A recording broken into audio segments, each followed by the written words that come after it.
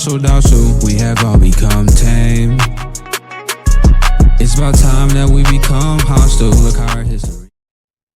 In the previous lesson, put off thy ornaments, Yahuah instructs Moshe to go up with the people to the land which he swore to their fathers, Abraham, Yitzhak, and Yaakov. Only problem is that Yahuah informs the children of Yashar'El that they shall put off their ornaments. Now, the children of Yashar'El have been rescued by Yahuah from the captivity of the Egyptians, wherewith they had been enslaved for no less than 80 years. Most of the knowledge of the power of Yahuah and his esteem had been lost with the death of Yosef, meaning that the majority of the people that we are seeing as it pertains to the exodus out of Mitzrayim had limited to no knowledge even of who Yahuah was. In fact, prior to Moshe's encounter with Yahuah at the burning bush, all they probably knew was that there was one whom their ancestors worshiped who was called El Shaddai, which I mentioned to them meant Elohim of the mountain. But Egypt is far from the mountains of Canaan. Its landscape is a harsh, desert-type landscape that is highly dependent upon the rainy season and the flooding of the Nile to bring its nutrient-rich water in to aid in cultivation. Besides this, Egypt at this time is the world's superpower, and the children of Yashar'El had more than likely witnessed Egypt repel several attempts on its dominance by many of its hostile neighbors. This would have caused them, for lack of a better term, to become comfortable in their captivity, believing that it would be virtually impossible to break free. Assimilation became the norm, and Yashar'El probably adopted an attitude of making the best they could out of a bad situation. And I am sure many, most likely in favorable positions, thought themselves to be just as Egyptian as the Egyptians were, remembering that at least one of them, Yosef to be specific, was once captive and excelled to make it all the way up to the second in command. But that was a different Egypt during a different time. Yashar'El had grown enormously since then, so much so that their numbers exhibited that they were a sub-nation within the nation of Egypt. And the current Egyptian administration was not going to repeat the generosity of the previous rulers. In fact, even though Yashar'El could not initially see it themselves, the recipe prescribed them by Pharaoh was going to be extermination through labor. So Yahuah intervened for his people, hearing the cries of their bondage. Yahuah made it evident through the trials and the plagues of Egypt what Pharaoh's intentions were. He had chosen this time to make his power known to Egypt and the known world, as he redeemed Yashar'El out of that land by mighty wonders. But routine builds complacency, and change was not extremely welcome by Yashar'El. Sure, they had witnessed the Egyptians being brought to their knees, and the novelty of having the tables turned, even for a moment, was desirable. But old habits die hard. It was going to take more than a few miracles for Yashar'El to concede to the fact that, for one, they were not returning to Egypt, and two, that Yahuah is all-powerful and all-knowing. This is a trait that we still carry in us today. I am sure that all of us in this call have witnessed at least one thing in our lives that we know could have only been made possible by Yahuah. Even knowing, have we completely placed all of our trust in him? Death, a lot of times, has a way of putting these things into perspective for us. And the death of 3,000 at Mount Sinai is the second time Yahuah has shown Yashar'El death on a grand scale. A good portion of Yashar'El, they now get the message that forward, is the only way. There is no going back to Egypt. Yahuah is Elohim, and they have angered him to a point to where he will no longer reside in the midst of them. He will show them the way, and he will send an angel to prepare a place where they are headed, but it will be up to them to make it there. And they will do so without their ornaments for now. To them, this meant without his protection. Let's pick up in Exodus 33, and we're going to do verses 12 through 16. It says, And Moshe said unto Yahuah, See, thou sayest unto me, Bring up this people, and thou hast not let me know whom thou wilt send with me. Yet thou hast said, I know thee by name, and thou hast also found grace or favor in my sight. Now therefore I pray thee, if I have found favor in thy sight, show me now thy way, that I may know thee, that I may find grace in thy sight. And consider that this nation is thy people. And he said, My presence shall go with thee, and I will give thee rest. And he said unto him, If thy presence go not with me, carry us up not hence. For wherein shall it be known here that I and thy people have found favor in thy sight? Is it not that thou goest with us? So shall we be separated, I and thy people, from all the people that are upon the face of the earth. Hallelujah. Now, Moshe has reached a pivotal point in his relationship with Yahuah. From the burning bush up to Moshe's initial ascent into Sinai, their relationship between Yahuah and Moshe has been mostly instructional only. Sure, Moshe has seen the power and wonders that Yahuah has done, but the wording here seems to indicate that Moshe is seeking something more. Now, I read this in the previous lesson, but I believe it's fitting that I touch on it again here, as this conversation reminds me of the conversation between Messiah and his disciples in John 14. It says, Let not your heart be troubled. Ye believe in Elohim, believe also in me. In my Father's house are many mansions. If it were not so, I would have told you. I go to prepare a place for you. And if I go to prepare a place for you, I will come again and receive you unto myself, that where I am, there ye may be also. And whither I go, ye know, and the way ye know.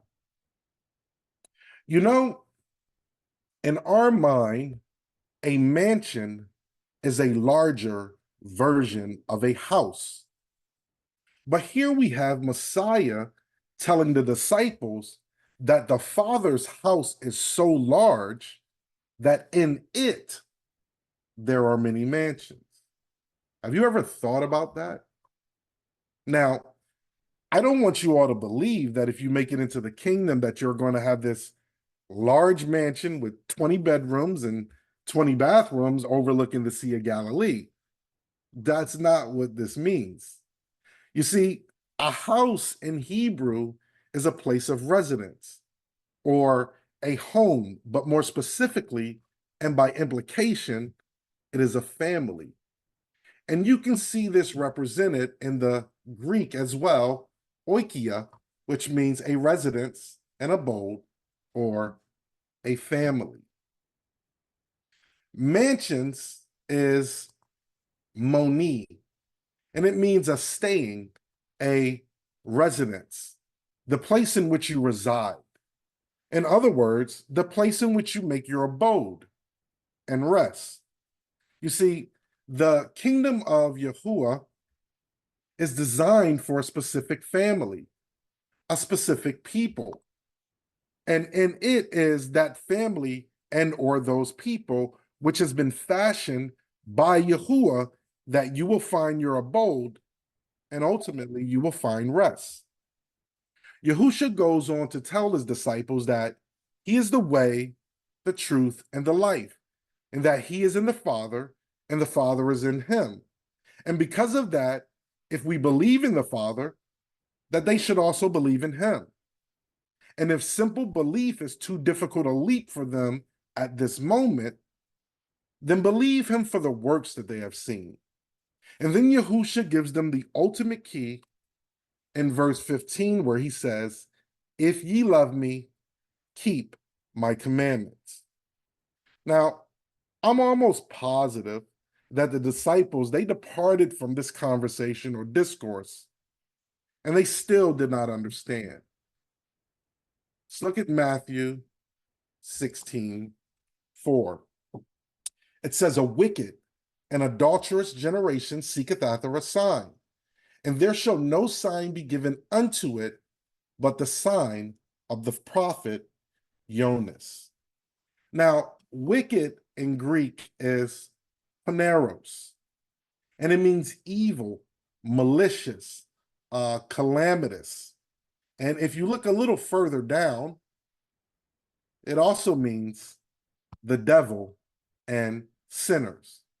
And they are this way because they are moichilous. That's the Greek for adulterous. But more specifically, they are the root of this, which is moichus, an adulterer or apostate. Now, apostate by definition is the act of refusing to continue to follow, obey, or recognize a religious faith, and also abandonment of a previous loyalty. Is this not what Yashar'El did at Mount Sinai? A lot of times when people reach the point of apostasy, especially if they are not in the presence or they remain in the presence of one who can remind them of the way, they will create or make their own sign, just like the molten calf. Make no mistake, the disciples in the passage of John that we read are indeed looking and asking for a sign. But what did he tell them? If ye love me, keep my commandments. And here's the news flash. Your life and your obedience to Yahuah, what he does, has done, and will do in your life, that is the sign. Let's hop back to Exodus 33. In verse 12, you get the sense that Moshe has embraced the fact that he is to lead Yashar'El. But he asks Yahuah, who will you send with me? This is in reference to the beginning of this chapter, where Yahuah informs Moshe that he will not go with them, but shall send an angel or a messenger before them. And he reminds Yahuah that he has told him, Moshe that is, that he has found favor in his sight. Now, just to remind you that grace, in which we say favor, is hen in Hebrew. It is spelled with the het and the nun, which Hebraically means to separate the seed. So in essence, when you find favor in Yahuah, he sets you apart. And verse 13, it is powerful. Moshe says to Yahuah, I pray, if I am set apart in your sight, shew me now thy way, that I may know thee, that I may appear, exist, and or remain set apart in thy sight. And this is powerful. Moshe is not asking for a sign. He has already recognized that Yahuah is Elohim. What he is wanting at this moment is to understand Yahuah. Shew me thy way. Let's look at Jeremiah 31. It says, behold, the days come, saith Yahuah, that I will make a new covenant with the house of Yashar'El and with the house of Yehudah, not according to the covenant that I made with their fathers in the day that I took them by the hand to bring them out of the land of Mitzrayim, or Egypt, which my covenant they break, although I was a husband unto them, saith Yahuah. But this shall be the covenant that I will make with the house of Yashar'El after those days, saith Yahuah. I will put my law, my Torah, in their inward parts, and write it in their hearts, and will be their Elohim, and they shall be my people. And they shall teach no more every man his neighbor, and every man his brother, saying, Know Yahuah, for they shall all know me, from the least of them unto the greatest of them, saith Yahuah. For I will forgive their iniquity, and I will remember their sin no more.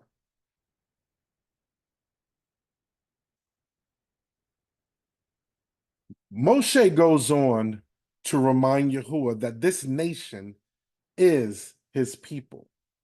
And Yahuah responds in verse 14, My presence shall go with thee, and I will give thee rest. What does this mean? Now, a lot of people will see the word presence here, and mentally, they will visualize something physical. And I'm going to get to that in a second.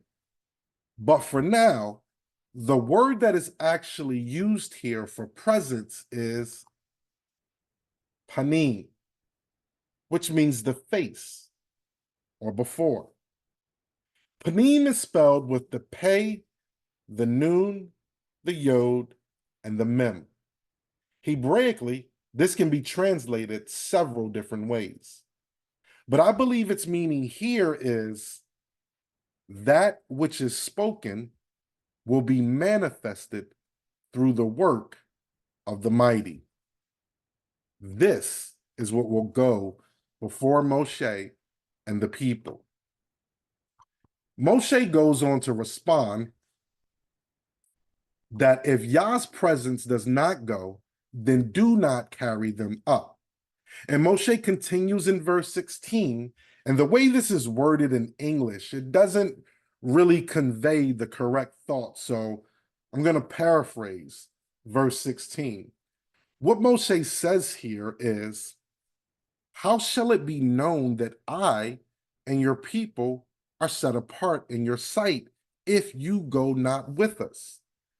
How shall we be distinguished from all the people that are upon the face of the earth?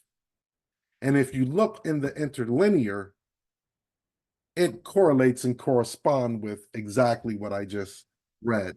It says, for how then can it be known that your people and I have found favor in your sight, unless you go with us?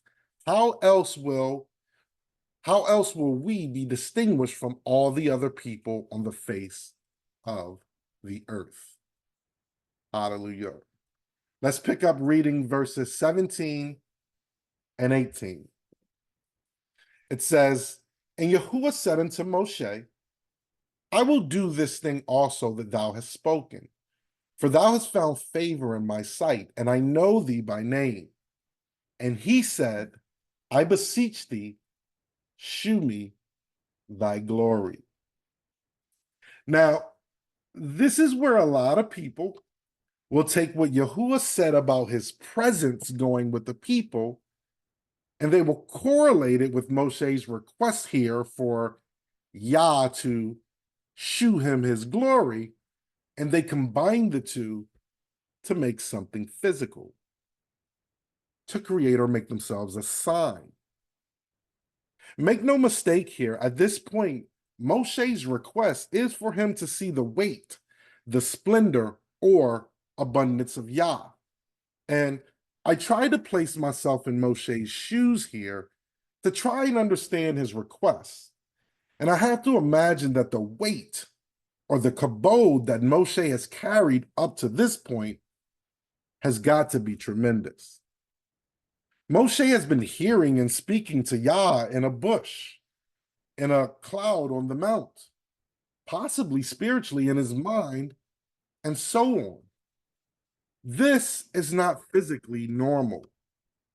Now, Moshe cannot discount it, as everything that Yah has said to Moshe has come to pass. But can you imagine the toll that this could have on one's mental health? I envision that at this point, Moshe is just wanting something tangible, something that he can pair the voice with, something besides a cloudy pillar. I was talking with some mishpachah earlier in the week about a particular topic, and I told them that you have to understand that the spiritual is what governs the physical, even though the spiritual is unseen. Let's look at 1 Corinthians 2, and it says, "But as it is written, eye hath not seen, nor ear heard, neither have entered into the heart of man the things which Elohim hath prepared for them that love him. But Elohim hath revealed them unto us by his Ruach. For the Ruach searcheth all things, yea, the deep things of Elohim. For what man knoweth the things of a man, save the Ruach of a man which is in him? Even so the things of Elohim knoweth no man, but the Ruach of Elohim. Now we have received not the Ruach of the world, but the Ruach which is of Elohim, that we might know the things that are freely given to us of Elohim. Which things also we speak, not in the words which man's wisdom teacheth, but which the Ruach HaKodesh teacheth, comparing Ruachal things with Ruachal. But the natural, or the carnal man, receiveth not the things of the Ruach Elohim, for they are foolishness unto him. Neither can he know them, because they are ruachally discerned." Yah is spirit, and he must be worshipped in spirit and in truth.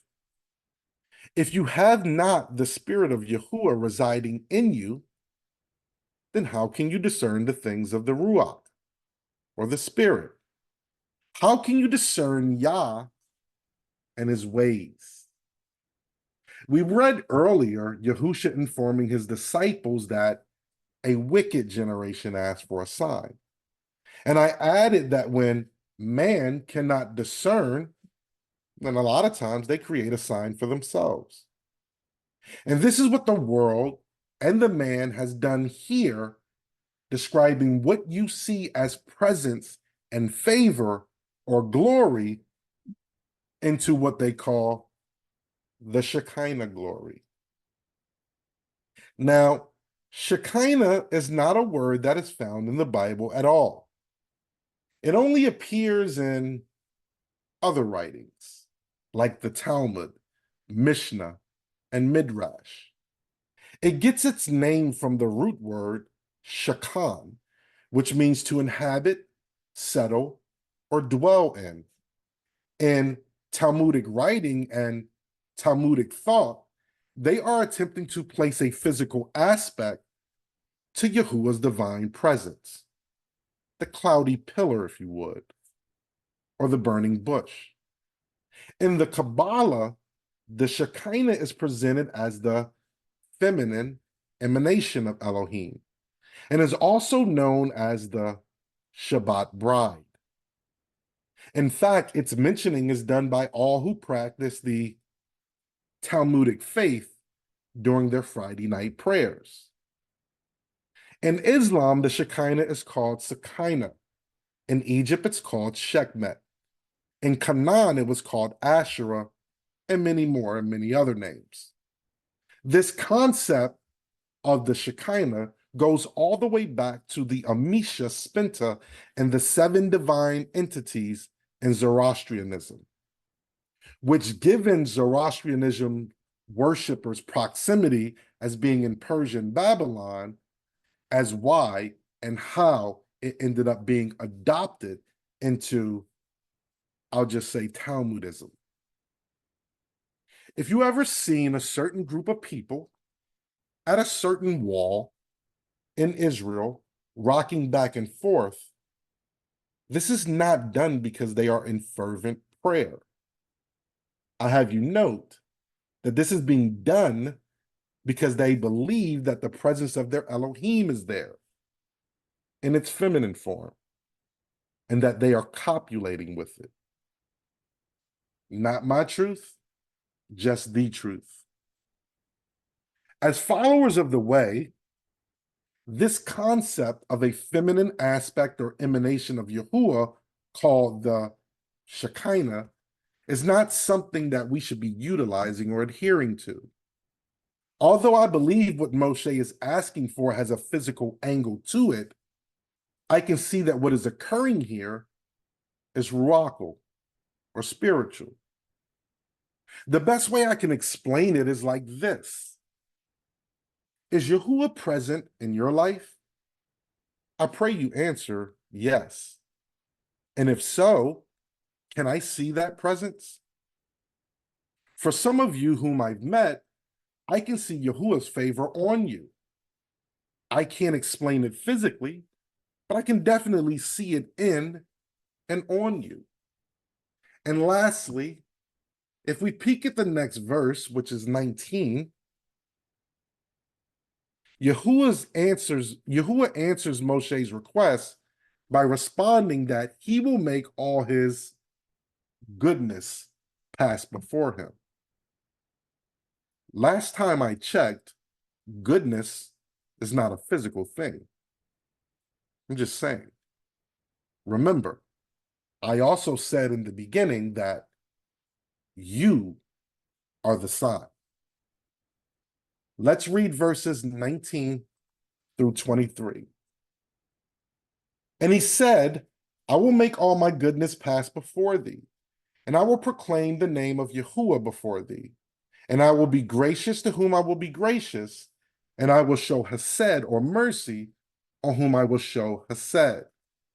And he said, Thou canst not see my face, for there shall no man see me and live. And Yahuah said, Behold, there is a place by me, and thou shalt stand upon a rock. And it shall come to pass while my esteem passeth by, that I will put thee in a cliff of the rock, and I will cover thee with my hand while I pass by. And I will take away mine hand, and thou shalt see my back parts, but my face shall not be seen. One thing I forgot to mention previously is that we have to remember that these things are being written for you and I, men made out of clay, physical. Moshe is trying to explain spiritual things to us. And the only way to do that is to relay it through things that we can relate to, tangible things. It is only when we have the assistance of the Ruach HaKodesh that we are able to discern the spiritual aspect behind these things. You are trying to verbalize the spirituality, or you try verbalizing the spirituality behind a bush that is on fire and not burning up, or a cloud leading you and speaking. Let's look at Ecclesiastes 11:5. It says, And you know us not what is the way of the Ruach, nor how the bones do grow in the womb of her that is with child. Even so, you know us not the works of Elohim, who maketh all. And also John 3:8. The wind bloweth where it listeth, and you hearest the sound thereof, but canst not tell whence it cometh and whither it goeth.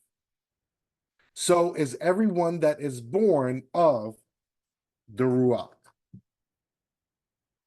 Speaking of wind, wind is basically Ruach, and it is described Hebraically as such. Even if at times we cannot hear the presence of the wind, we can feel it.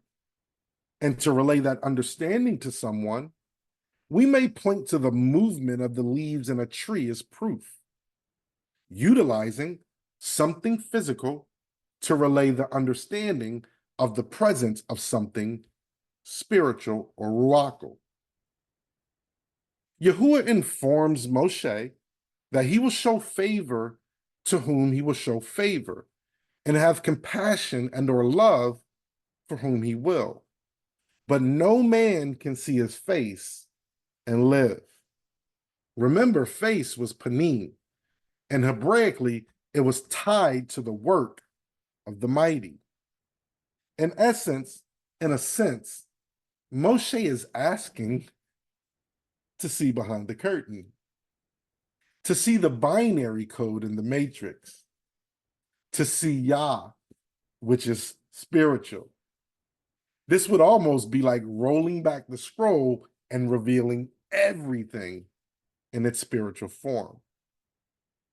I imagine this would be akin to mental overload, and you can probably imagine that Moshe would instantly die. But Yahuah says, I tell you what, there is a place by me, and you shall stand upon a rock. Now, rock in Hebrew is sor, or soor, and it is spelled with the Zadi and the Resh. Now, the Zadi is the picture of a man on his side, or more appropriately, a pathway up a mountain. And of course, the Resh is the head, the chief, or the first ruler. Zadi, it means to hunt, to chase, or wait. So, Sor, Hebraically, means to wait on or in the first ruler. Think about that. Zor in the Strongs, it means a cliff. It also means a rock, an edge, or a boulder, but it also means a place of refuge or a place of rest. So Moshe is to stand, wait on or in the first ruler, which is the place of refuge or the place of rest. And it shall come to pass that when Yahuah's splendor passeth by Moshe, that he will place him in the, don't miss this, clift of the rock. Now, clift here is nakra, and it means a fissure. And what a fissure is, if we look in the ancient Hebrew lexicon for 5366, is a piercing in the rock. Think about that. And Yahuah will cover Moshe with his hand while he passes by. Now, throughout scripture, hand and arm a lot of time can be utilized interchangeably, as the hand is attached to and is an extension of the arm. Let's look at Isaiah 53. It says, who hath believed our report? That sounds familiar. Who hath believed our report? And to whom is the arm of Yahuah revealed? For he, speaking of the arm, shall grow up before him as a tender plant, and as a root out of dry ground. He hath no form nor comeliness, and when we shall see him, there is no beauty that we should desire him. He is despised and rejected of men, a man of sorrows and acquainted with grief. And we hid, as it were, our faces from him. He was despised, and we esteemed him not. We can see Messiah in both the meaning, usage, and understanding of face or panim, hand or cough, and also we see it in sor or rock, which we further validated that rock, or we further validated the definition of that rock with the clift or fissure as being a piercing in that rod. Yahuah says in the final verse of this chapter that when he takes away or removes his hand, Moshe shall see his back parts. And he reiterates that his face shall not be seen. What does this mean? That Moshe will see his back parts. Now, the word used here for back parts is ahor, and it means the hinder part. It also means behind, backward, and the west. And the west is interesting here because in Hebrew thought, the west is akin to the end or the beyond, the unknown. It is the farthest you can go away from Yahuah. The Hebrew word for west is yam, and yam is the same word you use for sea, like yam suf or sea of reeds. And ahor's usage in the KJV is mostly to express the afterward, the hereafter, or the time to come. So again, I ask you, what does it mean that Yahuah will show Moshe his back parts? What will Moshe see? Ahor is spelled with the aleph, the het, the wa or uah, and the resh. Hebraically, the strong leader separates and secures the first rulers. Let's look at Isaiah 49. We do 5 and 6. It says, "And now saith Yahuah that formed me from the womb to be his servant, to bring Jacob again unto him. Though Israel be not gathered, yet shall I be esteemed in the eyes of Yahuah, and my Elohim shall be my strength." And he said, "It is a light thing that thou shouldest be my servant to raise up the tribes of Jacob and to restore the preserved of Yashar'El. I will also give thee for a light to the Gentiles, that thou mayest be my salvation unto the end of the earth." Genesis. "And he said unto Abram, Know of a surety that thy seed shall be a stranger in a land that is not theirs, and shall serve them, and they shall afflict them 400 years. And also that nation whom they shall serve will I judge, and afterward shall they come out with great substance." What we looked at this evening, this discourse between Yahuah and Moshe, is speaking about what Yahuah plans to do for Moshe when he ascends the mount again, which we will begin to see in the next chapter. I have no doubt that as Yahuah shows Moshe his back parts, that Moshe will indeed see the physical effect of this, similar to what I mentioned about with the wind and the leaves. But spiritually, something else is occurring here. Spiritually, this event is meant to relay something else to us. Remember when this conversation began, Moshe was asking Yahuah to show him his way. And spiritually, throughout what we read, Yahuah pointed him to Messiah, the work of the mighty, and possibly allowed him a glimpse at the hereafter. As we study out the following chapters, we will see if what we have discovered here tonight is actually true.